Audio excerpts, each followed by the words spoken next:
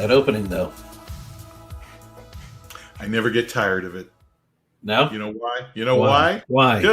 Because it's non-copyright material. Or it's free? Free material. Free. It's F-R-E. free. F-R-E. Free. Best price there is. Because we have no budget. We don't have a budget. I wish we had a budget.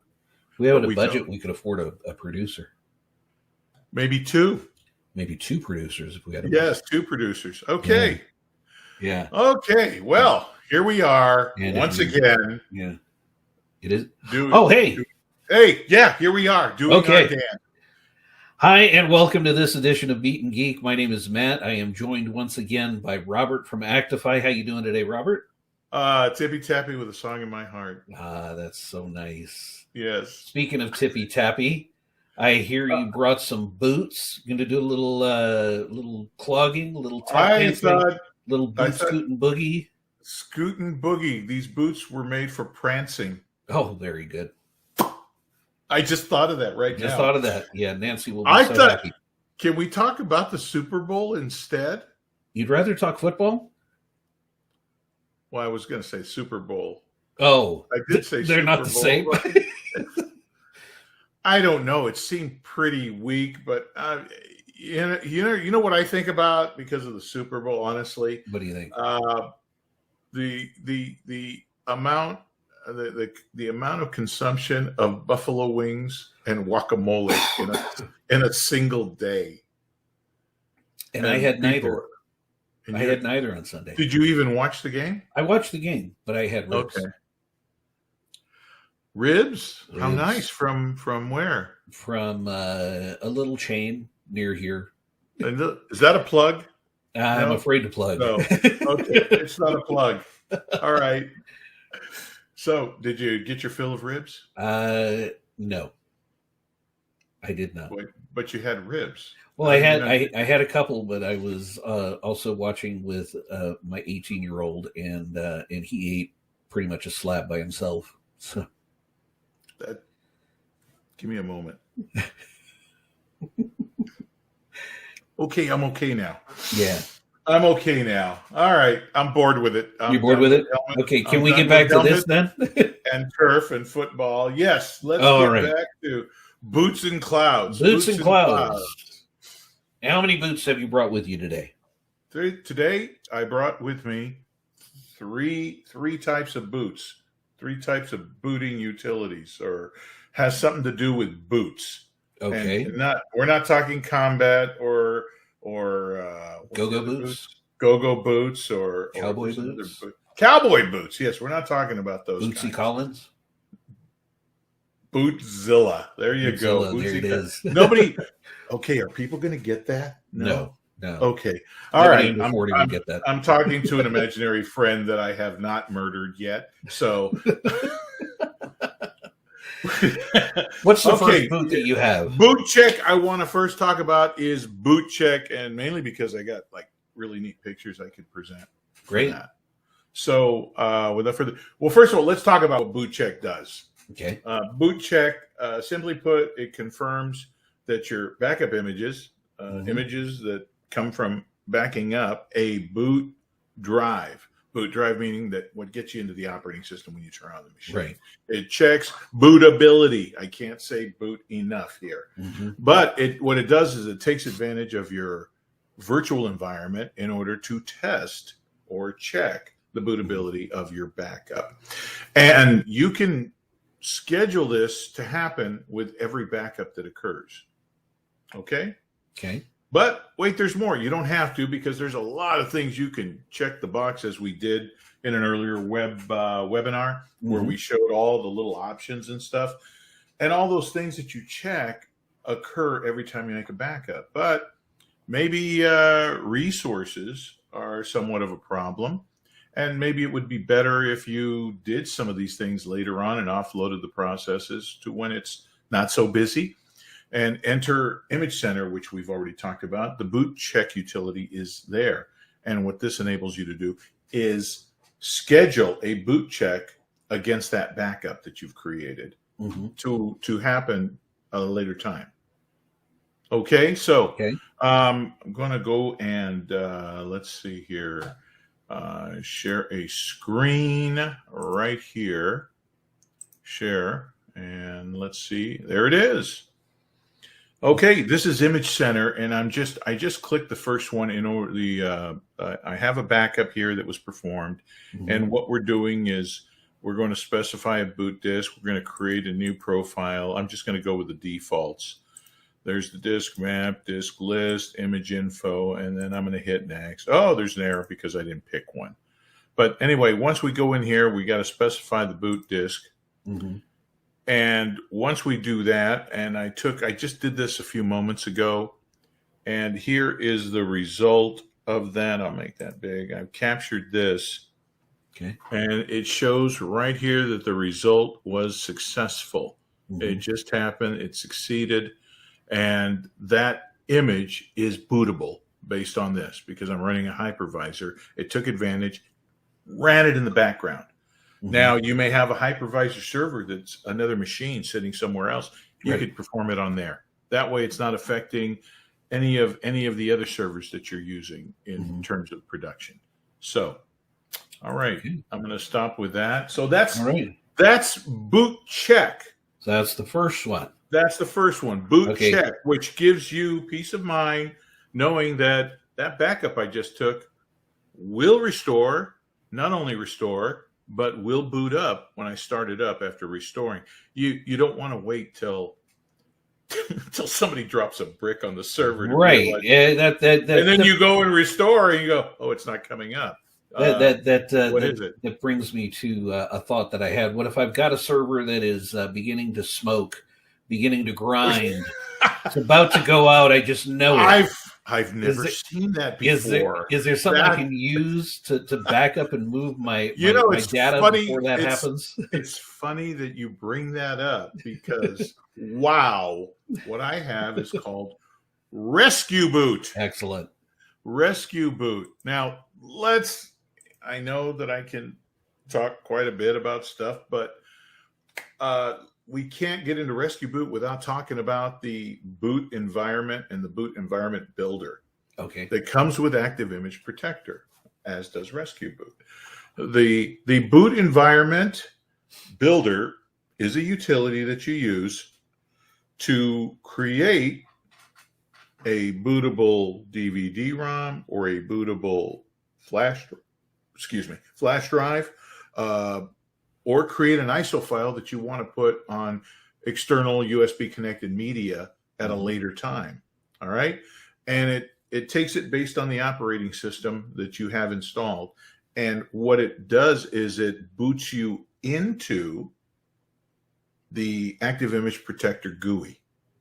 Okay. So where this occurs, this is automatic because you've put it in there. But those are for external media or just creating a file to put and burn onto a CD later on. But there is one other. It's called it goes into the boot menu. That's your third option, is to implement it onto the boot sector of the machine you're on. And what happens is the next time you restart that machine, the boot menu comes up and it gives you a choice to go into the ActiveImage Protector boot environment or to continue booting into the operating system. So hold on, because I'm old. So is this like when we used to be able to set up where you could go into Windows or you could go into DOS and you could pick that path? That does give away your age a bit, because that would be a multi-boot menu. There used to be a third party, or I think even Microsoft even had a boot menu you could implement, and dare I say, you could boot into Linux, or you could boot into Windows, or you could boot into DOS or something else. You could have multiple versions of Windows that you want to boot into. And this was all for testing, and it was all on the same machine and the same hard drive.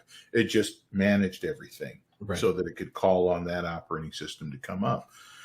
This is very, very similar to that. You can still configure things, but again, it boots you directly into the ActiveImage Protector environment. It looks very, very similar to the one that we're used to using, with the blue and the I guess that's turquoise.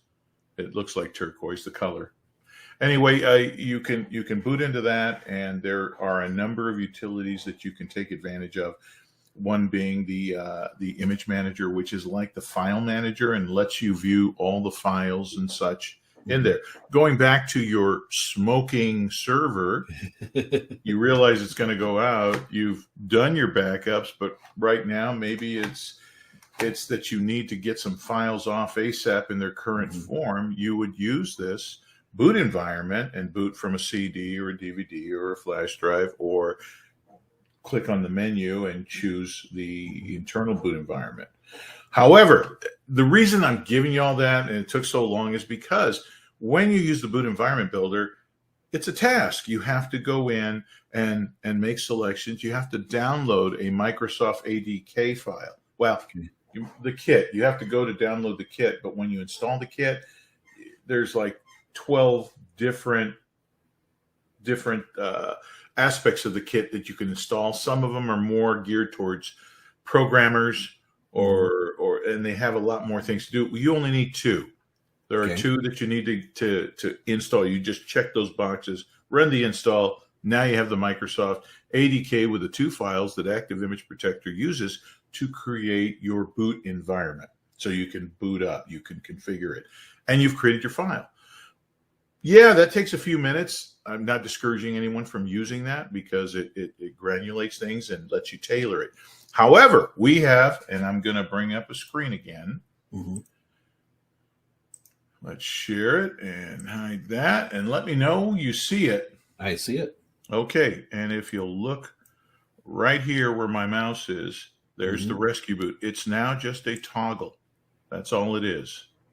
And you click it, and now you are, next time I reboot this machine, it's going to boot into a menu that allows me to either boot into the AIP environment menu, GUI, or I choose to go continue into the, but it's going to do it every time until I turn that toggle switch off. Okay. So real world applications, first thing that comes to mind is one of those Surface tablets, because there really aren't any of those tablets without you can't hook up a DVD-ROM or an external hard drive. I don't know if they probably have USB connections, but they're the little mini ones.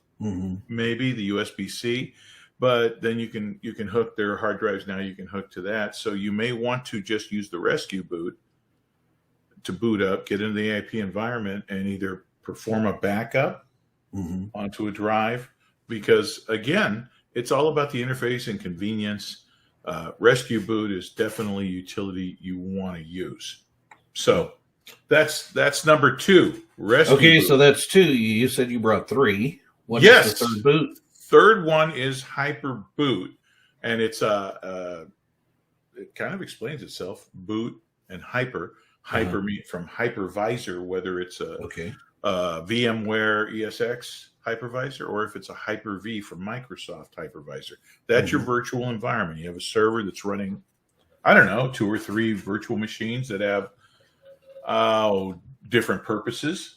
And the nice thing about having that environment is if one of those machines goes down, you don't have to reboot the whole thing. You just reboot the machine inside the whole box, and it doesn't affect all the other virtual machines. But getting back to what Hyperboot does, Hyperboot essentially lets you boot the backup into the into that virtual machine, that virtual environment. It creates another virtual machine, and it's going. It's moving. You boot it up. It's in as little as 2 minutes. Again, times may vary because of the size of the file, how much processes are running. A lot of different things could affect it, but it could go in as little as 2 minutes. You boot it up, and you're back up and running. Scenario would be coming into the office, and all of a sudden there are pitchforks and torches at your door, your office door as an IT director, and people are ready to string you up because, hey, I can't get to anything. What's going on? My interwebs doesn't work. So what you do is you go, oh, I see. There's a lot of smoke in this room. Well, let me get these people up and running because I have ActiveImage Protector. I did create a backup, and now I have Hyperboot. And what I'm going to do now is I am going to start ActiveImage Protector, and I'm going to grab that backup, and I'm going to boot it into this virtual host. And boom, that machine's up and running. And then I let everybody know, hey, it's up and running. Everybody back to your desk, get back to work. Put the torches out, please. Don't walk around the office. We don't want the sprinklers going on. Anyway, it's up and running. Now this is it's only an interim availability solution because I liken this, and my analogy is to associate or compare this to a proverbial spare wheel. When you get a flat tire, and you pop the trunk open, and basically there's a donut back there that you're going to put. It's not the same size. You like donuts? I like glazed. You like glazed? Okay. Chocolate filled. Wow. Sometimes I like the maple bar. Okay, we'll wait a minute for Matt to come back from his happy place. Okay. All right. Are you back yet? All right, go ahead. Matt's back. Okay. The proverbial spare wheel, and nobody advises you to drive on this thing, even though I see people in the freeway all the time with that. But it's not meant to be a permanent fix. This is just a spare wheel to get you to the place where you either buy a new tire or get your old tire repaired, because you're better off driving that car with 4 solid tires, tires that are the same size. Not going to get into how many revolutions and the speed and why it's not a good idea, but that's what it is. So it's there to keep you going up until the time that you have been able to restore the backup and get it onto the proper environment or the proper hardware. Okay, so while the angry mob with the pitchforks and torches was chanting Frankenstein, Frankenstein, what is happening to the files? Are there changes being made? Oh, when they go back to work? Right. Oh, well, they're going to go back and yeah, they're running off of a backup, but also because this is in Hyperboot, any transactions or changes that are made by that horde of people that are trying to, show up with the torches and the pitchforks, any changes that are made are created into what's called a differential file. Okay. It's like an incremental file, but it's a one-time thing. And what it's doing is comparing the backup, which may have been taken 24 hours ago, or it may have been taken 2 days ago. All right. So now it's looking at all the transactions that are occurring, and it's creating a file and saving those transactions and putting them into what's called a differential file. Right. So at the end of the day, if you've had to run it all day because, you called Uber computer parts and they can't get them delivered soon enough, then what happens is that you have to figure out where that's coming from.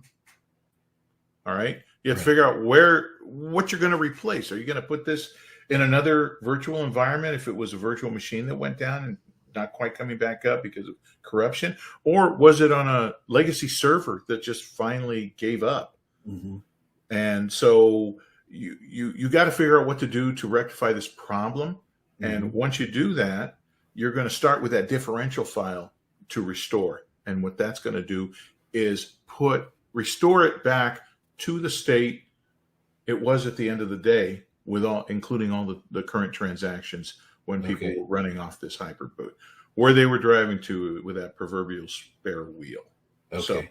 So that's good. You're saved there, but you got to get this thing back running in the proper environment with all the proper resources. Yes. So, Mr. Doom and Gloom, now that you've frightened me off of physical servers, I don't have a hypervisor. Can I recover from the cloud? You don't have a hypervisor? I don't have a hypervisor. I don't have an IT director. I'm shocked. Okay.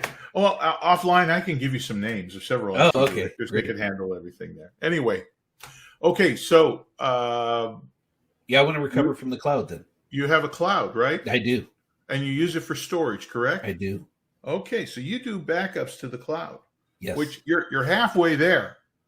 So what we have, and this is a wonderful segue to the cloud, because it's called Boots and Clouds. Yes. I really don't understand clouds at all.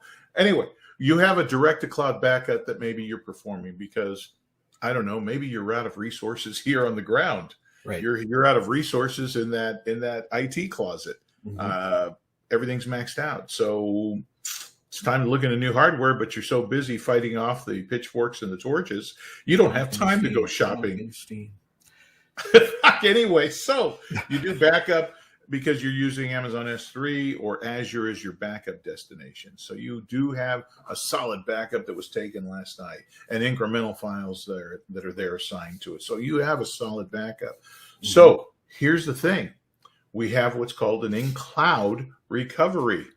Okay. All right. So if you need this thing recovered into a virtual machine because you don't have a hypervisor, a box that's dedicated to being a hypervisor here on Earth, what you're going to do is you're going to get into, and it's amazing how you don't even have to talk to anyone to add options to whatever your plan is these days. You just click boxes and you'll see the little numbers going up in terms of the price of subscriptions.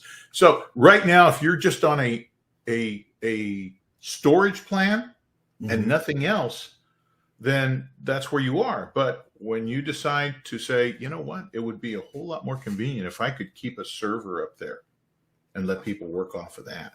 As long as we have an internet connection, they don't know any different. They're making the changes. It's all good. Mm-hmm. So if you do an in-cloud recovery, well, just then you have to understand and know that there are probably, there will be some added costs, because now they are providing you a service by providing you a server up there. So you can use ActiveImage Protector to restore to a virtual machine that's sitting on the cloud and let everybody use that. If you can't get another piece of hardware like the one that just broke down. If your hypervisors, and I know you said you didn't have any, but if the hypervisors you do have are maxed out and you can't afford to put another virtual machine in, well, then there's your alternative. And again, when you do get your CFO to check and find out if that's something that is feasible, because a lot of times subscribing to a cloud service may be easier because now that's just one less piece of hardware you have to maintain here on the ground.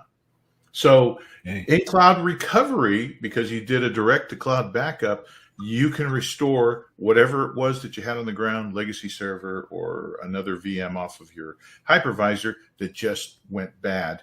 You get everybody up on this spare wheel going and do the in-cloud recovery, and then get everybody switched over once it's up and running. All right. So. All right. That's the Boots and the Clouds. Boots in the Clouds, yes. Thanks so much. We are recording this, are we not? We are recording this. I see the little counter. Where can we find this video? In the usual places on our YouTube channel, which you can find at the bottom of the website, along with our social presences. Hansel for our presences on both Facebook and Twitter. And sometimes there are things that are just going up there that are anecdotal, but always lead back to ActiveImage Protector in some way, shape, or form. Okay. Also, just go to the website, www.actify.com, and wherever you are in the world, it will direct you to the appropriate language and website. And so you'll be able to go there and view these as well, because there'll be a link. So, and somebody says, I can't get to it, then all you have is an old Nokia phone. That's a flip phone. I don't know. Did Nokia make flip phones? Okay. So yes, you can get to it, and you can watch this video if there's anything you missed or you want to send us any gotcha moments. All right. Okay. Well, that's it. I think that wraps things up. So yeah, I'm gonna call up Uber Donuts, because I put it in my mind now. Uber, is that a plug? Maybe it might be a plug. Could be a plug. It could be, or Door hardware, DoorDash hardware, DoorDash hardware, computer parts, post visor, yes, visor, post visor. There we go. All right. Robert from Actify, thanks so much for joining me on this edition of Meet and Geek. I would be remiss if we did not pay homage to Casey Kasem. So, keep your boots on the ground and keep your head in the clouds. Keep your head in the clouds, and we're gone. That's it. There you go. All right, Matt. Thanks for having. Bye-bye.